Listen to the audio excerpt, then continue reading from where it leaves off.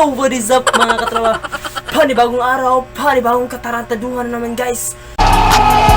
For today's vlog is magta-topic tayo sa mga 5 uri ng lalaki na pwede nyong ma-meet sa buong mundong at saka buong buhay nyo.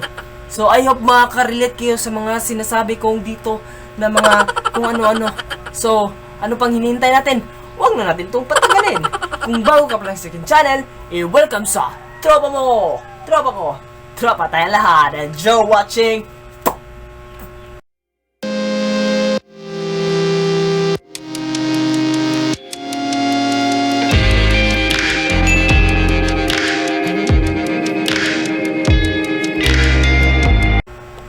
So, ayun na, for today's vlog, magto-talk about tayo sa mga 5 uri ng mga lalaki na pwede nyong magustuhan. At saka pwede na rin kung ano ang nasusut sa iyong mga preferences. Tip ko lang sa inyo, walang perfect na lalaki, walang perfect na guy in a perfect story. If you're new to my channel, don't forget to like, punch that subscribe button, and turn the notification bell para ma-update kayo sa mga susunod kong mga video.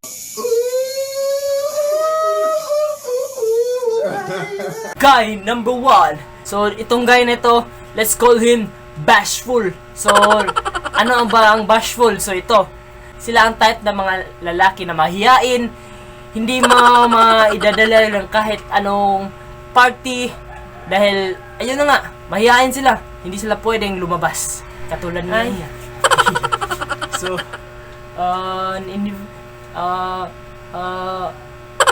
nandito na ba tayo sa party? Oh my god, ang daming tao. Hindi ako sanay.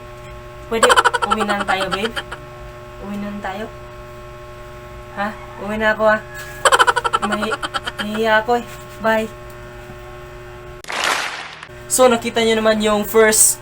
Let's move on sa second type na lalaki na pwede nyong magustuhan or ma-dream guy.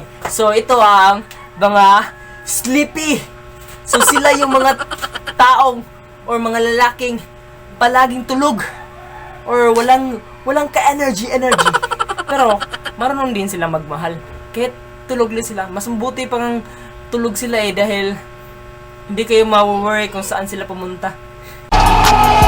So, katulad lang niya.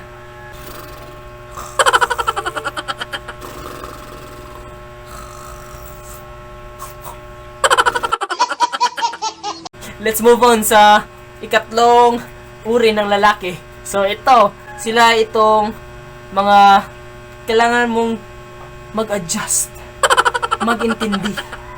Ibigay nyo lahat ng pag-iintindi nyo sa kanila. So, ito ang mga grumpy. So, itong mga grumpy na ito, palagi silang galit, low-tempered, or high-tempered, low-tempered, malamig pala yun. So, high-tempered sila palaging high blood. Kung gusto nyo, bigyan nila lang ng mga pangpababa ng high blood pressure. So, sila yung mga, kapag isa lang na moment na iniinis mo lang sila na kahit hindi man lang seryoso na joke, is talagang nagagalit na sila. Katulad na lang niya.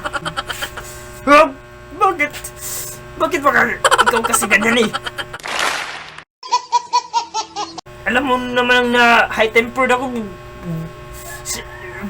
Iniinis mo pa ako. Yung ikapat na uri na lalaki, sila yung, shall we say, delikado na part.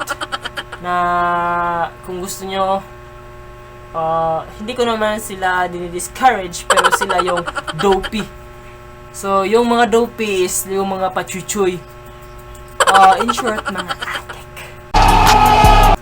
addict sa pag-ibig mo. So, sila yung mga obsessed sa iyo, yung mga overprotected na lalaki.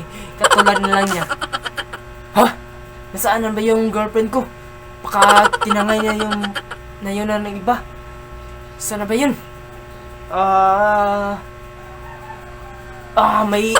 May sino ba yung lalaking tinatabi niya? Bigyan ko kaya ng leksyon yun. Akin lang yung girlfriend ko. So nakita niyo naman talagang dangerous yung lalaki na yan. Talagang over na protected sila. Yung adik sila sa inyo. Stop it! Stop it, it's a cop! Don't! Stop it! Richard! Stop! Lastly, the favorite of all na mga babae, yung lalaki na happy. So, yung mga happy na lalaki, sila yung mga jokers. Yung joker, mga palaging napapatawa yung mga babae. So, sinesearch ng mga babae na talagang masasabi mong dream guy nila. Dahil talagang palagi lang masaya yung relationship niya. Kahit mag-aaway nga is talagang may joke pa rin. Yung away na napupunta pa rin sa pagtatawanan nila. So, yun na nga.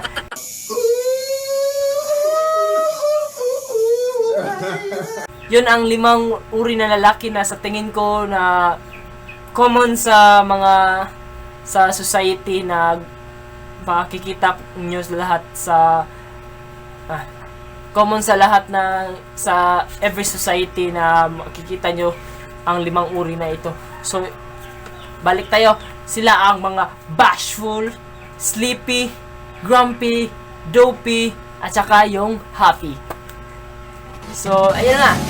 If you happen to love this video, don't forget to like, punch the subscribe button, turn the notification bell, and don't forget to share this video kung na-enjoy yung pag-talk natin sa mga 5 uri ng lalaki. So, I hope you enjoy this video. See you again next time. Guys, see you again next time.